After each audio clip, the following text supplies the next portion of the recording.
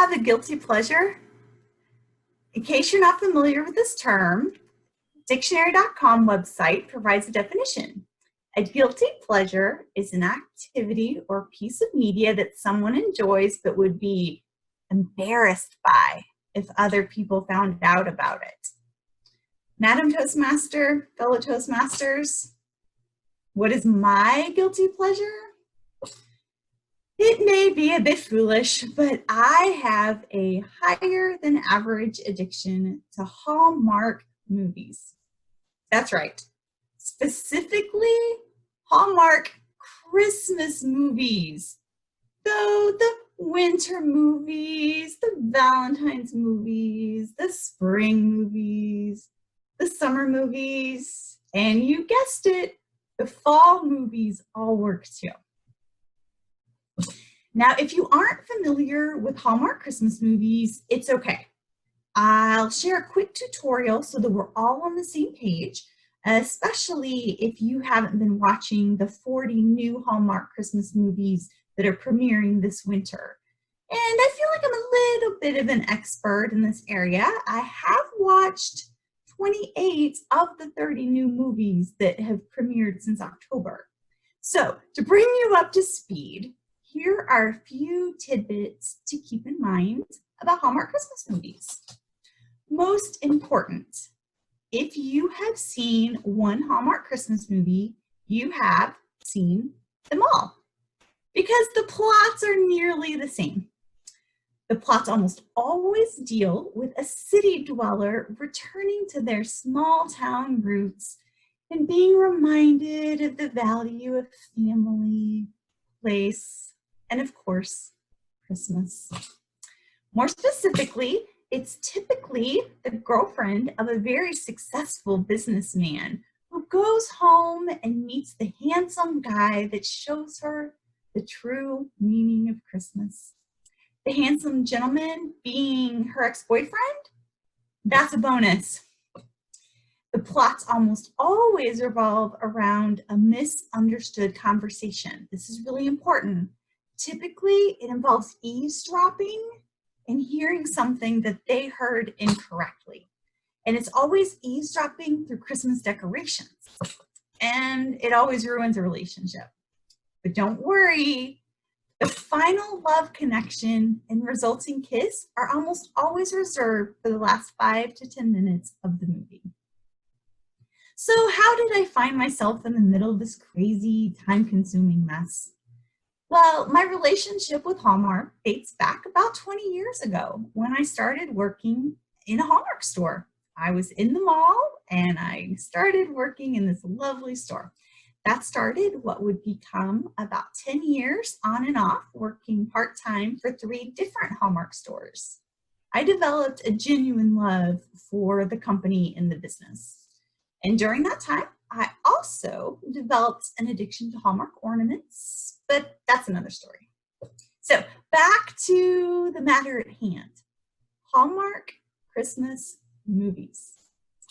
As I mentioned, I may have what could be considered a higher than average commitment to these movies. I regularly use the Hallmark Christmas App, which I can use to track the movies because there are so many of them. I can track which ones I've watched, which ones I want to watch, and which are my favorites. Plus, it gets better. I can set calendar alerts to let me know the next time my favorite movies will be on again, which is perfect until the alarm goes off at 3:45 in the morning to let me know that my favorite movie is going to be on again in 15 minutes. I do love Hallmark, but I don't love it enough to get out of bed to watch a movie at 4 in the morning. So to expand the fun, this year, my sister has got me involved with a Hallmark movie watching club on Facebook. We can share with other Hallmark addicts. I thought I was intense, but these Hallmarkers are intense. It is not a community open to diverse opinion. I'll just say that. Devoted Hallmarkers do not take their religious works and practices loves being criticized, even by fellow believers. You will get trolled and attacked if you in any way criticize the Hallmark Disciples, otherwise known as the favorite actors. So Lacey Chabert, Alicia Witt, Andrew Walker, and the always fabulous Candace Cameron are off limits. Don't even think about critically analyzing a movie or pointing out flaws in the plot, timeline, or set design. And shh, we don't talk about the fallen angel, Lori Loughlin. So what draws me to these movies? I think it's 4 things.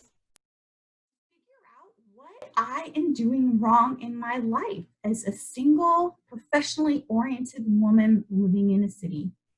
That does seem to be the key main character for a lot of these movies. Second, I can learn what type of job I need to do in order to afford these mansions and the pristine, perfectly decorated lofts in the city. Third, I can get tips on Christmas decorating and how to pick out the best Christmas tree. This advice is given freely and abundantly on the Hallmark Channel. And on a more serious note, I do think I'm drawn to the sense of predictability. We live in an out of control world. There's something comforting in knowing there's a make-believe place where the story always ends with some heartwarming conclusion and it's happily ever after. When life doesn't feel so happy, Hallmark movies provide an escape. Okay, shoot. That was a lot. So thank you for allowing me to talk through all of this. I feel so much better now knowing that my guilty pleasure isn't such a secret.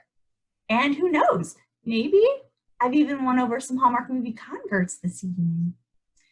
Now, if only I could figure out how to have my own Hallmark movie soundtrack installed into my life. That would be the perfect ending.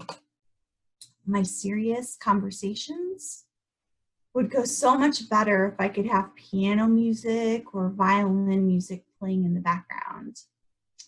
My work, it would be so much more pleasant if I had upbeat Christmas music in the background while a montage helps me accomplish the work quickly.